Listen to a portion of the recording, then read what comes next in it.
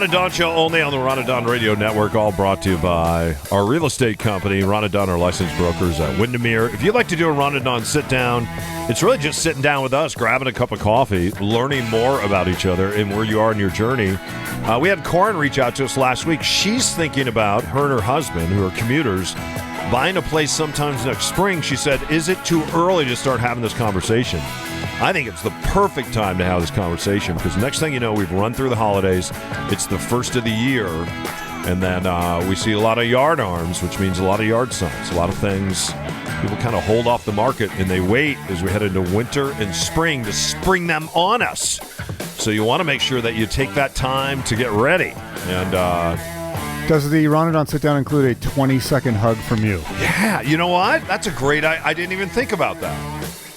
You could get a 3-second hug from Ron at the sit down or a 20-second hug from me, and then we'll get you a cup of coffee and get to know each other. I like that. Anyway, excited for Corin and her husband as they think about, where are we going to live as they get ready to retire, and how much house could we buy, and how much yard work do we want to do? Those are all questions we talk about at the sit down. 20-second, and if it's couple, 20 seconds for him and her, or I could just give a big group hug. I could do that too. So I'm very comfortable with that. Maybe we just call it the Ron and Don hug instead of the Ron and Don sit down. Probably not. Okay. Anyway, everything is up at ronanddon.com. And again, we are licensed brokers at Windermere. And thank you to everyone that has reached out and said, hey, I want to have a cup of coffee with you I'm guys. curious to get your take on this. It's a column by Gene Bulk, the FYI guy, the Seattle Times, which I really enjoy his work. And we've talked for years about the seeming battle of government versus car ownership. And a lot of people feel like this place does not want me to have a car.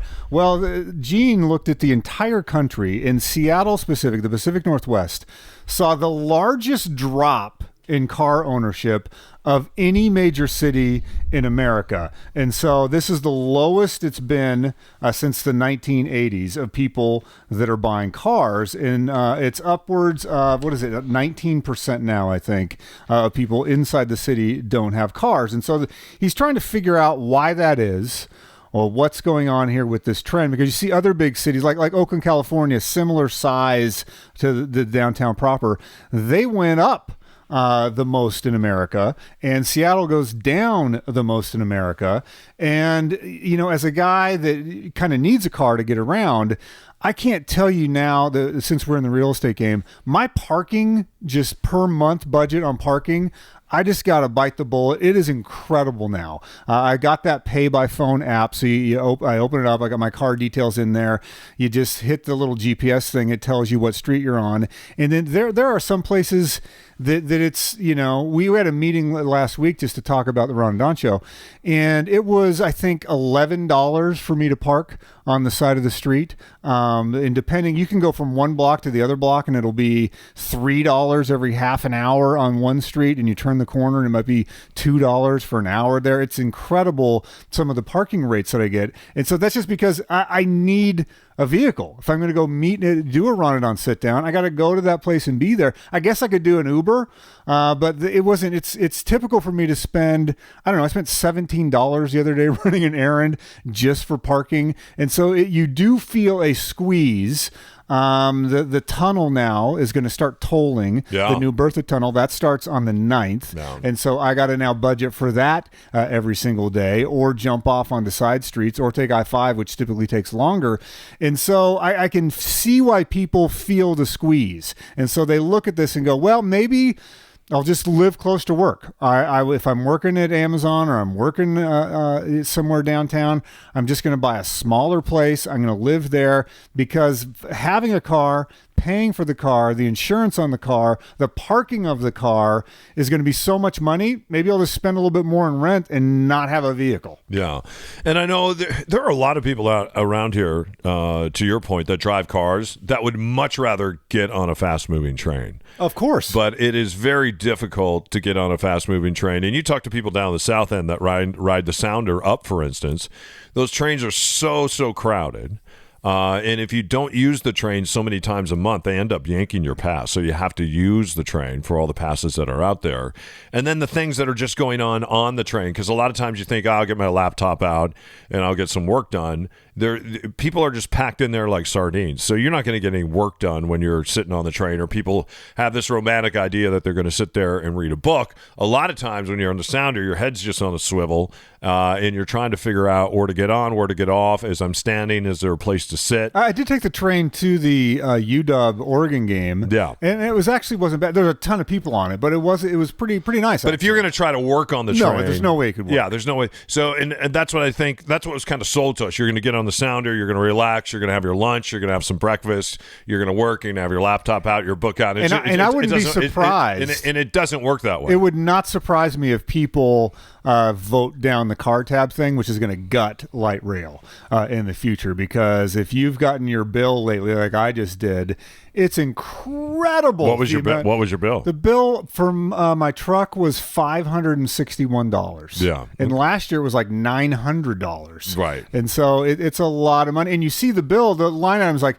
$36 for this, $12 for that, like $453 or whatever for light rail. Yeah. And so it wouldn't surprise me if that thing gets voted down this week, but probably while this show is dropping, the results are going to be coming in on that. And so you're right. If you could get around more fluently, then this makes sense. But I don't know. These people, I think, are making a hardcore decision for that to drop by 3%. And we can't say it's a trend yet because it's 1 year. It's the first year that it's happened. I think it's pretty significant, though. Yeah, I think millennials look at movement as just kind of a utility. So, and they patch it, right? So I'll jump on a bike to get from point A to point B, and then maybe from a bike I'll jump on a bus, and maybe from a bus if I have to jump in an Uber on the way home. And you may go somewhere and return and use 3 different styles or pieces of transportation, and you don't have a problem with that.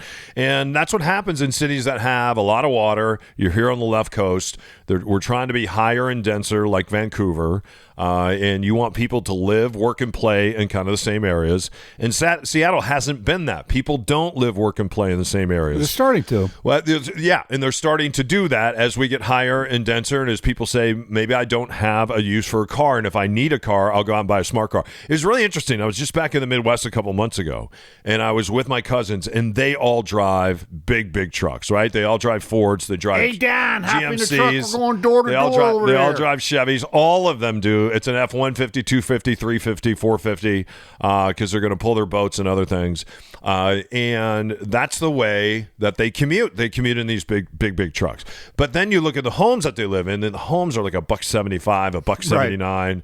Right. They don't even crack the $200,000 mark, and they haven't in quite some time. And looking for a Tesla, while I was in kind of north of Chicago, I look for Teslas there. I look for charging stations. I look for smart cars.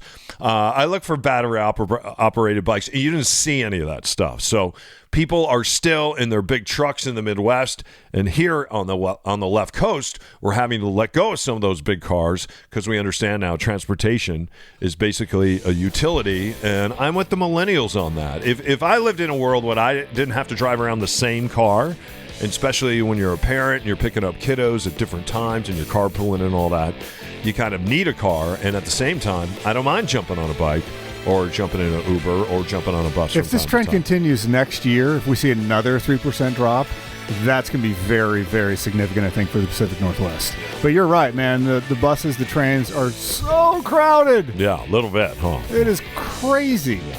All right, it's the Ron and Don Show, episode number 23. Please share this on your social media, and don't forget you can find us on Facebook. He's Ron Upshaw. I'm Don O'Neill. You're listening to the Ron and Don Show on the Ron and Don Radio Network. You should buy a shirt. It's the Ron and Don Nation t-shirt. $5 goes toward helping kids. It's cops helping kids. Find out more at ronanddon.com.